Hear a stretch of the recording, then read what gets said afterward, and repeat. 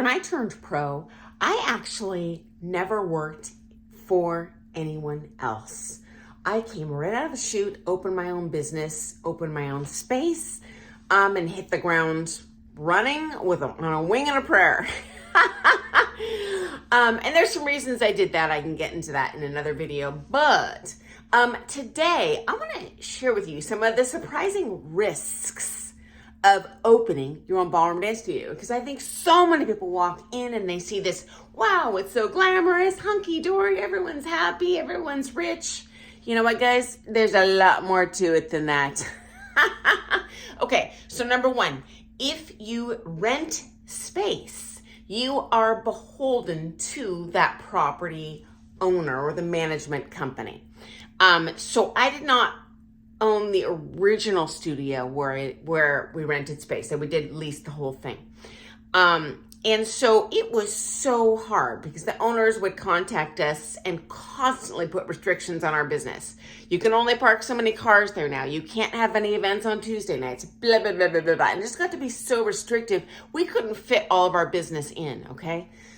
Secondly, when you rent from someone else, which most ballroom dance studios do, it takes very deep pockets to buy a property. That owner can jack up your fees exponentially at the end of every lease period. So you don't just permanently in the United States get to, we rent here forever. There's a finite period of time. You know, maybe it's 2 years. You know, at best you might get 10 years, but there is an end game. And at that time, the ball is in their court, guys. And you know what? They know they have you by the neck, because as a studio owner, I'm not just renting 4 walls. I have spent a fortune on a hardwood floor, on an elaborate like LED special effects lighting system, DMX, you know, huge sound system built into the walls, chandeliers, you know, granite countertops, marble floors. Like, you know what I'm going to do? Tear this stuff out and take it with me? They know you can't do that. It's just as expensive to do that and then repair it to original condition as it is to buy brand new, right? You've got all this money dumped in, and you better pray that they keep on giving you a fair market value monthly rent, okay? Next up. Even if you could take all of these investments with you on the interiors, good luck finding a ballroom dance studio space. Friends, this day and age with modern construction, it is extraordinarily hard. Trust you me, I know. To find open spaces appropriate for ballroom dancing. So all modern construction, it's cheaper to put interior support structures. So, and I know you think, oh, we'll just go in and blow up the walls. No, there are concrete and steel girders that are necessary for the building to stand inside those walls. You tear down the walls, you're gonna have a bunch of poles. Who wants to dance in a ballroom studio where they're going through a maze of poles and can't even see themselves in the mirror? Doesn't work. Okay, guys, so the odds of you just finding another space are none. What are you going to do? Pay to rent all that junk you just tore out? Right. Okay, next up. If you are doing a truly good job as the studio owner, you are building up all of your teacher's clientele at your own expense. I did it with joy in my heart. Every single person I can refer to someone else, I did, because that is your job as a studio owner. So you really sacrifice your own clientele, you know, to build up everyone else. And you know, you lose your business, you're going to lose those clients. They're not going to come back to you. You know, because people don't really leave a new teacher unless they're encouraged to, or they don't like that teacher or something. You know, you really put yourself, your own career at great risk doing that. Secondly, when you do effectively build up all of these employees, guys, it's sad, but I've seen it time and time again. They credit themselves with being fully booked and how they are God's gift to teaching. They never once credited me. And they were so successful, many of them stacked up enough savings to open their own ballroom dance studios. Now, for the record, I have no problem with that. I have nothing but pride in any employee that works for me that is so darn successful, they can open their own business. And I know some studio owners are like really territorial. I personally, philosophically believe 100%, the more, the merrier. You know what? You can have one fast food restaurant on a block and bring in so many clients. I personally think if you have a Taco Bell and a McDonald's and a Burger King and whatever else, you're going to get way more clients for everyone.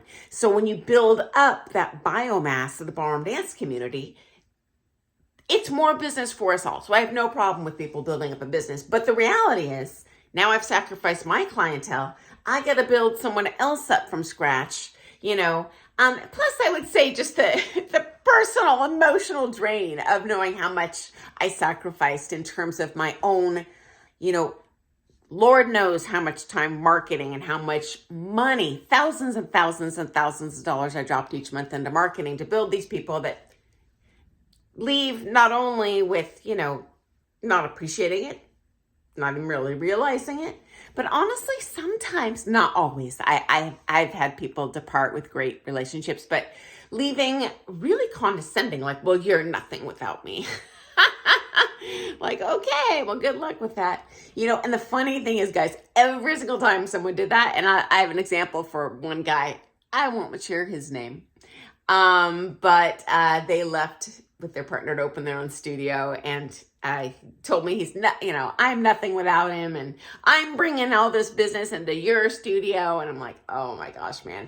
And he only had one example, and it was these two ballet dancing sisters that were booking up all his privates. And I was like, you do know I had to meet with that mom separately, like 10 hours total, to convince her to take with these kids, and to take as many privates as possible, which, as you know, I don't usually philosophically do, but these girls were hardcore ballet dancers in terms of body type. They could not make it in that industry, and she wanted to transition and had pro championship level career aspirations for them, in which case, you know what? You come to me with a finite goal. It might be an expensive path to get there, but I'm always going to be honest with the person. But I hard sold them on this. For your career path and the styles you want to do is the best pro for you. They totally thought it was because they're God's gift, like this person somehow knew their name and tracked them down, like, oh, Lord, love a duck. So they left. And, you know, it is what it is. Next up, in a nutshell, staffing and personnel management is a bear, okay? And frankly, guys, this is not just in the ballroom dance world, though in some ways it can be harder because they are artistes, you know, so not everyone really has, you know, a good business sense. Which when those people left, by the way, the ones that did leave with a toot, they all went under in like a year, which part of me is disappointed because, you know, I want as many studios as possible. But part of me is kind of, I'm ashamed to admit this, but vindicated, like, well, shows you who really helped you get to the top. So anyway, in a nutshell, that personnel management is quite stressful and difficult in any industry, not just ballroom dance, okay? And in my state, I'm broadcasting from the United States, from the state of Oregon. We're on the West Coast. It's a very, in terms of politics, quite liberal state, and we have one of the highest minimum wages in the country, but one of the lowest kind of costs of living. So in a nutshell, it is a hard nut to crack, especially in my area of the world, to run a business on that wafer thin product, because you are paying top wages. I don't know what the laws are elsewhere in the country, but, you know, I was certainly required to carry, you know, health insurance on all these people. And in the United States, we do have to pay for health insurance. It's not a state provided thing. And it ain't cheap. It's very good coverage, but it is expensive out of my pocket. And you know what? You have to pay it even if they don't show up to work. And then you get $0 and you're still paying out of pocket all these things. So very high taxes here where I live. It's not necessarily this way everywhere else in the country. Very high wages. Very stressful. Okay, guys, now people kind of see that glamorous environment and like, oh, the beautiful clothing, the elegant interiors, these amazing, 12-foot chandeliers, yada, yada, oh, everyone's here is rich. And everyone's smiling. It's such a joyful place. You know what? That is an illusion. And I'm doing a good job if you come in there and feel nothing but glamour and joy. But the reality is behind the scenes, it is a heavy crown to wear. It is very high stress. As the studio owner, I do think there's a lot of status in that compared to being a teacher. But you know what? Guess what, guys? As the owner, you are the last person to be paid. Reality. And there were many months I worked my tail off, which became really a heavy burden after I got married and started a family, which is why I sold my studio. Because I'm working night and day at horrible expense to my family, being paid nothing at the end of the month to pay all these people top dollar. And again, like I said, sometimes, not always. The vast majority of my employees were amazing people. I still am in contact with them, some of my closest friends. I mean, they cried when I told them I was going to sell the place, begged me not to do it. Like, we really, I did feel appreciated by most, but some were stinkers. You know what? In any high volume business, you got some. So it's not all that glamorous, rich, successful, happy, joy you're going to see on Instagram or Facebook or their website or whatever. So anyway, yeah, it is a great risk opening your own ballroom dance studio. If you do so, it is wonderfully rewarding, but it does come at a heavy cost in many ways. And so I'm just curious, guys, we are a huge worldwide community of ballroom dancers here. If you have had an experience in your own studio, I'd love to hear that. Or even if you own a business in another completely different, ancillary industry, I would love to hear your experiences in terms of the challenges you had opening and then running, a functional, highly well-oiled machine that works well, that's a successful business. So anyway, thanks for joining me today. I hope you found that to be interesting. And I look forward to seeing you first thing in the morning with more things all ballroom dance. And please, guys, ask comments in the questions. I love our questions in the comments. It makes my job so easy. I waste a lot of time each day. Like, what do I think people would find to be interesting? And I'd much rather you just tell me rather than me throw darts in the dark and pray that I hit the target. So I look forward to seeing you first thing tomorrow, guys. Happy dancing. Toodles.